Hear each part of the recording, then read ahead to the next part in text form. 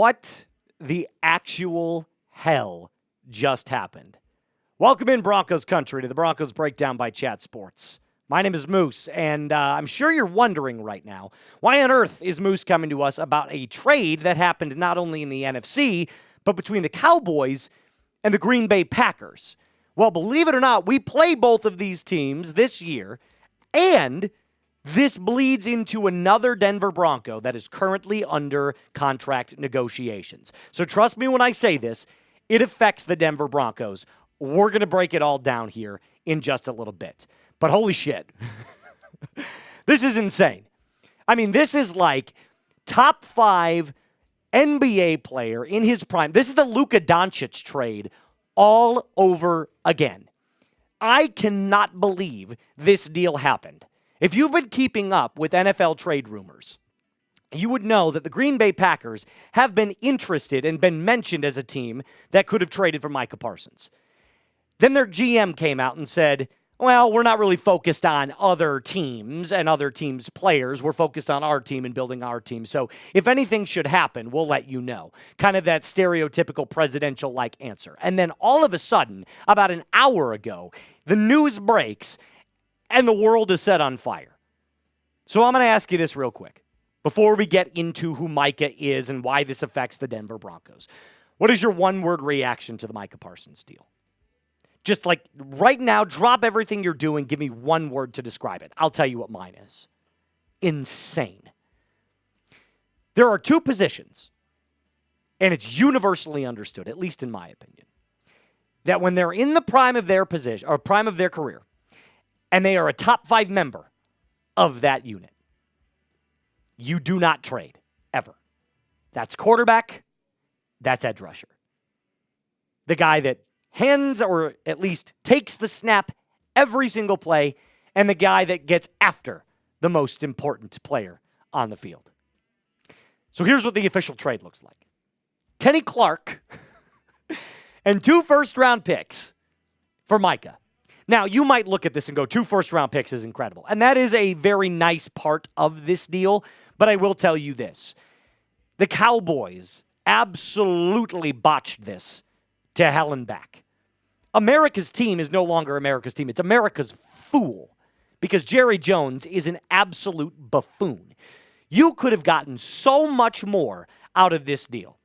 Kenny Clark is a good defensive lineman. He's not Micah Parsons. And the 2 first-round picks, you better hope both of them hit. Because if they don't, you will be laughed until you hit the grave. You will be laughed at until you hit the grave. How on earth do you trade a top 5 edge rusher in the prime of their career? It's self-sabotage. You had the opportunity last year to attack this early. Kind of like how the Denver Broncos are doing right now with Nik Bonitto. And only pay this guy $35 to $38 million a year. And locked him up for 4 to 5 more years. But you got greedy, Jerry Jones. And you decided, hey, I'm going to not only hurt the Cowboys, but I'm going to reset indirectly the edge market for all the other players below Micah Parsons, including Nik Bonitto. Now we have to hope that Nik Bonitto will take a team-friendly deal. Now, there's a shot that he does. I feel like he's a team guy. But let's talk a little bit more about Micah for a second. This is a premier elite pass rusher in the NFL. He is top 5. There is no doubt about it. Some would have him as the best. Some would have him at 5. Most people, including myself, have him about 3 or 4. So here's what I have to say. How does this affect the Denver Broncos? That's the question that I have to ask you. So we're going to talk about Nik Bonitto's deal, and we're going to talk about what this means for the Broncos when they play the Cowboys and when they play the Green Bay Packers.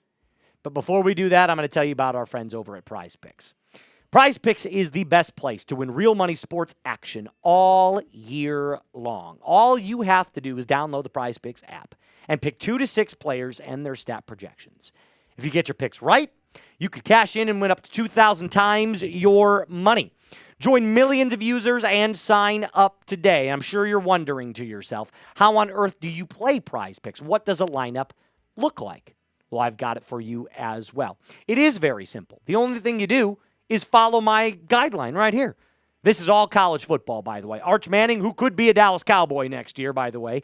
You could just take the more, and the more, if you're a glutton like me, or take the less if you feel so inclined to do so. Either way, pick a player, their stat projections, send that bad boy in.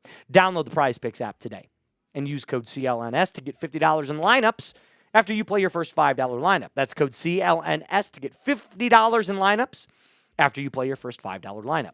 PrizePicks. Run your game. I have so many thoughts about this, and I apologize for those of you who are like, this is not about the Broncos, so why are you bringing us this information? This is like huge NFL news. This does not happen but once every 5 to 10 years. I mean, really, this is massive, massive stuff. But Nik Bonitto absolutely gets affected by this. Why? Because his price just skyrocketed. Before this deal went down with Micah, we had speculated on this show and based on other Broncos reporters that Nik Bonitto could be in the realm of a 4-year, $100 million contract, maybe slightly more, maybe slightly less.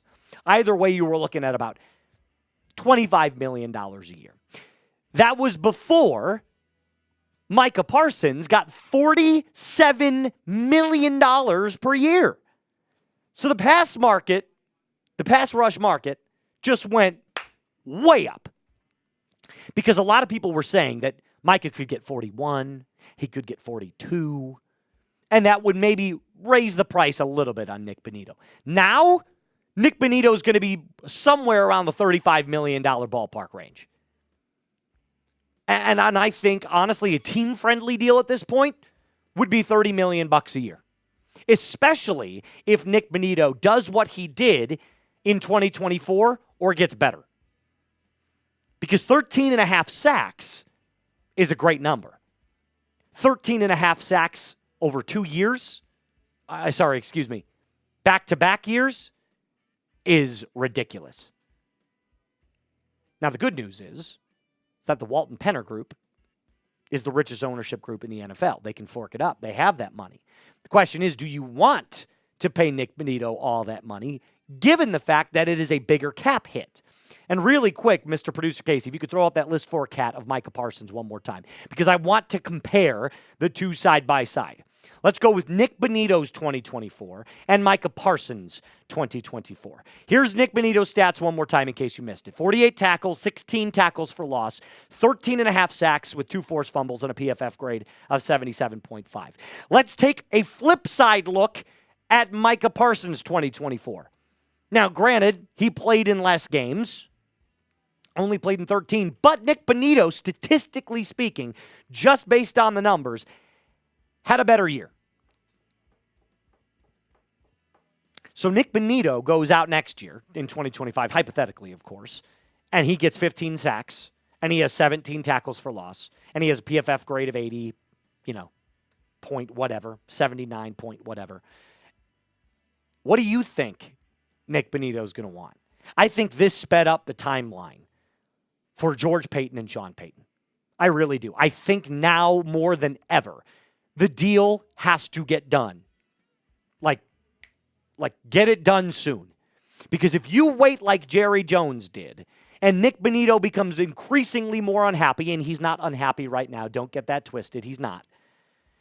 But in the event that something like this happens in a Micah situation where Nik Bonitto says, now I'm worth X, now I'm worth $40 million a year. You went from $25 million to $40 million, $15 million a year. That's insanity. So don't do what Jerry Jones did. Get proactive, not reactive. That's my advice. The Broncos also play the Packers Week 15, so they will have to face Micah Parsons. And believe me when I tell you this, that is a completely different game plan now that you're facing Micah. Because you have to double team him. He's just too damn good to go one-on-one against. So now you have to completely revamp the scheme. With that being said, I still think the Broncos win. I still think the Broncos pull that W out. I just got a feeling about it. I'm not wavering off of my original pick where I said they beat the Green Bay Packers. I think that is absolutely still a W. And if you agree with me, and I realize it's way far out there, I realize it's out there, but it's still fun to speculate. So let me know. Who you got?